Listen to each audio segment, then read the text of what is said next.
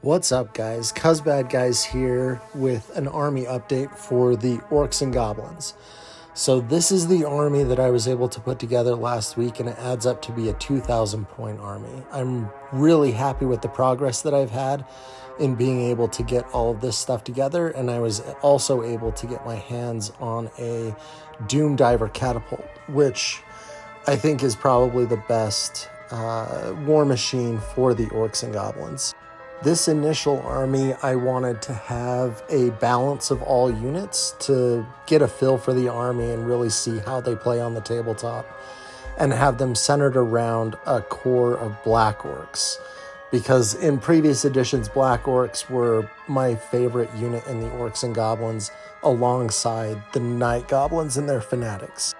I was also able to put together 5 Blood Knights, which I'm excited about getting put together, and it's the start of the Vampire Counts army for the channel. So let's get started on the Orcs and Goblins 2,000 point army. So my characters are a Black Orc War Boss as my general.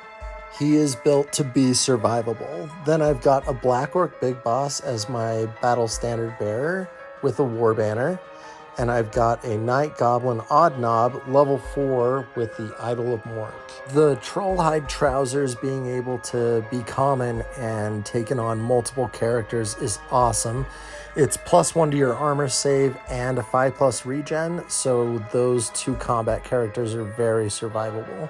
The Shaman is there essentially to shut down enemy magic, and the Idol of Mork really helps with that. Moving on to core, I've got 18 Black Orcs, all of them have shields, and then I've got a mix of great weapons and additional hand weapons. Then there's 19 Night Goblins with 3 Fanatics. These are essentially just a delivery system for the Fanatics. And then I've got 10 Squigs with 2 Squig Herders. Black Orcs being able to be core because you take a Black Orc General is awesome. It really helps hit your points for your core allotment. Moving on to special, we've got 3 Stone Trolls with additional hand weapons. We've got another unit of 12 Black Orcs, still with shields, and then a mix of great weapons and additional hand weapons, and then 5 Squig Hoppers. This unit of Black Orcs I gave the Stubborn special rule, and I'm coming out with a video breaking down Black Orc characters and units, and I explain the use of Stubborn and how I use this unit. Moving on to rare units, we've got a Giant, which is amazing. We've also got the Doom Diver Catapult, which is also amazing. And we've got a Mangler Squig, which is also amazing. There's a reason why these things are all in rare. The Giant for its ability to be unbreakable, and that makes it very survivable in combat. The Doom Diver Catapult for its accuracy and being able to actually hit targets. And the Mangler Squig for its damage output. So now let's talk table tactics that I would implement using this army, and that I use 9 times out of 10 of every engagement I have. So it's called Close the Door. It's best used for medium speed armies, focusing more around elite infantry. With the Close the Door method, you're going to have 2 sides of your army. One is going to be the hinge side. The other side is going to be the handle side. And knowing which side is very important. The high damage side of your army will swing closed on your opponent like a door. Now let's go ahead and identify which units are which and why they are where they are in this deployment style.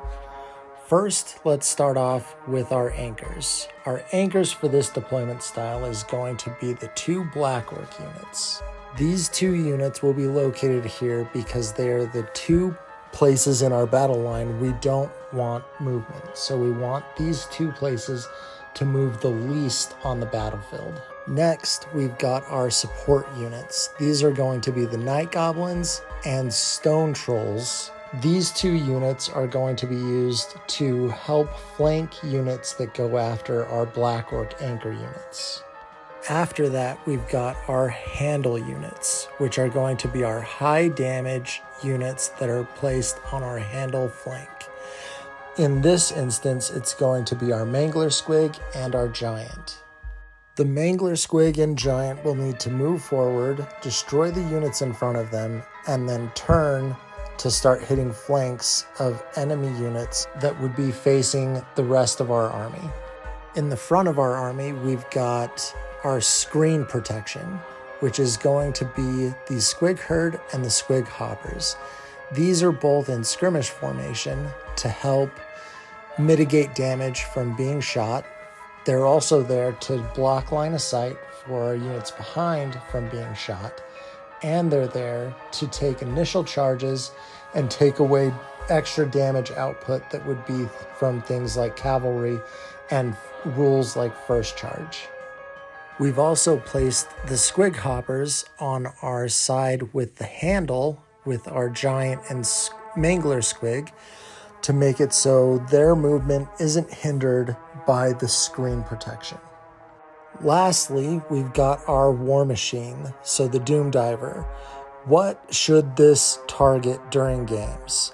There are several answers for this. One is going to be the highest damage dealer that's going to be in your opponent's army.